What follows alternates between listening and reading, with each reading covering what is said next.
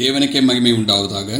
எனக்கு அன்பான தேவ பிள்ளைகளே, இந்த நாளில் நாம் பார்க்க போகின்ற காரியம் என்னவென்றால், ஏன் யூதாஸ் கிறிஸ்துவை காட்டிக் கொடுத்தான் என்பதை குறித்து தான் நாம் பார்க்க போகிறோம். கிறிஸ்துவை அவர் தெரிந்து கொண்ட 12 சீடர்களில் ஒருவன் காட்டிக் கொடுக்க வேண்டும் என்பது ஏற்கனவே தீர்மானிக்கப்பட்ட காரியம். அப்படித்தான் அவர் பிடிபட்டு அவர் நிறைவேற்ற வேண்டிய காரியங்களெல்லாம் நிறைவேற வேண்டும் என்பது தீர்மானிக்கப்பட்டது. ஆனால் யூதாஸ் தான் காட்டிக் கொடுக்க வேண்டும் என்பது திட்டம் கிடையாது. கிறிஸ்துவால் தெரிந்து கொள்ளப்பட்ட அந்த 12 சீடர்களில் யாரேனும் ஒருவன் காட்டிக் கொடுக்க வேண்டும். அப்படி இருக்கையில் ஏன் யூதாஸ் கிறிஸ்துவை காட்டிக் கொடுத்தான் என்பதை குறித்து தான் நாம் விரிவாய் பார்க்க போகிறோம். இயேசு மகாராஜா இந்த பூமியில் இருந்தபோது தமக்காக தெரிந்து கொள்ளப்பட்ட 12 சீடர்களை அவர் ஒன்றிணைக்கும் போது இவன்தான் தன்னை காட்டிக் கொடுக்க வேண்டும் என்று எந்த அடிப்படையிலும் அவர் தீர்மானிக்கல. யூதாஸ் தான் காட்டிக் கொடுக்க வேண்டும் என்று தீர்மானிக்கல. இந்த 12 ஒருவன் அவரை காட்டிக் கொடுக்க வேண்டும் என்பது மட்டும்தான் காரியம். ஆனால் யூதாஸ் அதற்கு பாத்திரமாய் போனதற்கு காரணம், யூதாஸ் இடத்தில் மாத்திரம்தான் பொருளாசை இருந்தது. அவன்தான் காணிக்கைகளை சுமந்தவனாயிருந்தான்.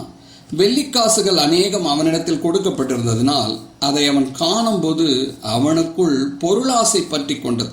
ஒரு தீங்கான எண்ணம் நமக்குள் வரும்போது நாம் தேவ பிரசன்னத்தை இழந்துடுவோம்.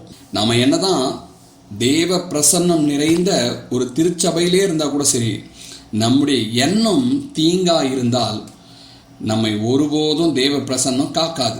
அதுபோலதான் யூதாஸ் காரியத்து கிறிஸ்துவோடு கூட இருந்தாலும் கூட அவனுடைய எண்ணமானது பொருளாசை நிறைந்ததா இருப்பதினால் தேவ பிரசன்னத்தை இழந்தவுடன் பொல்லாங்கன் அவனை பற்றி கொண்டான்.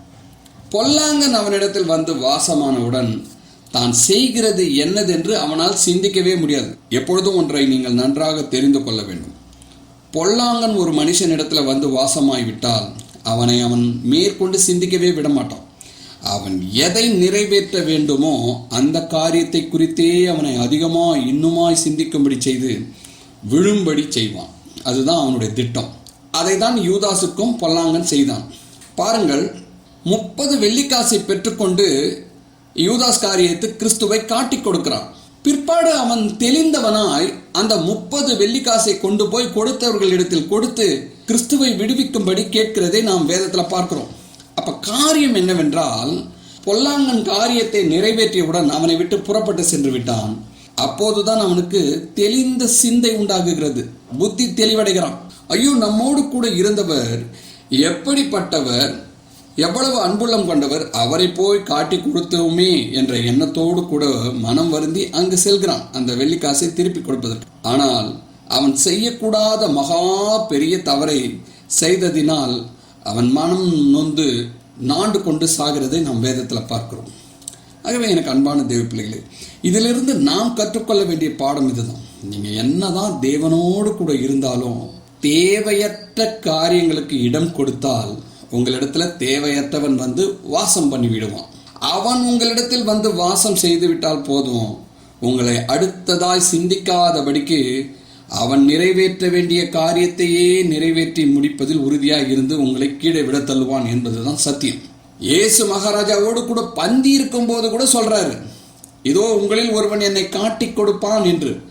அப்போது கூட அவனால் உணர்வடைய முடியவில்லை. பாருங்க, அவன் செய்ய வேண்டியதை அப்படியே நிறைவேற்றினான். பாருங்க, இதுதான் உதாரணம். பொல்லாங்கன் ஒருவனிடத்துல வந்து ஒரு காரியத்தை நிறைவேற்ற அவனை பயன்படுத்த நினைத்தால் இப்படித்தான் பயன்படுத்துவான். அப்போ நாம் எவ்வளவு எச்சரிக்கையாக இருக்க வேண்டும் நம்முடைய வாழ்க்கையில என்பதை நீங்கள் புரிந்து கொள்ள வேண்டும்.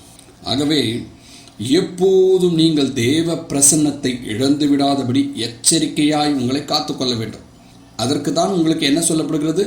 காலையில் ஒரு முறை ஜெபியுங்கள், இரவு ஒரு முறை உறங்குவதற்கு முன்பாக ஜெபியுங்கள், முடிந்த மட்டிலும் அவ்வப்போது வேத வசனங்களை கேளுங்கள் என்றெல்லாம் சொல்லப்படுகிறது. இப்படியாய் நீங்கள் நடக்கும்போது பொல்லாங்கன் உங்களிடத்தில் வாசமாய் தங்க முடியாது. ஏனென்றால் இவைகள் எல்லாம் அவனுக்கு எரிச்சல் அடையும்படி செய்கிற காரியமாக இருக்கும். உங்களை விட்டு வேகமாய் புறப்பட்டு சென்று விடுவான். ஆகவே எனக்கு அன்பான தேவ பிள்ளைகளே, எப்போதும் தெளிந்த புத்தியோடு இருக்க வேதத்தை பற்றி கொண்டு வேத வசனத்தை தியானித்துக் கொண்டிருங்கள்.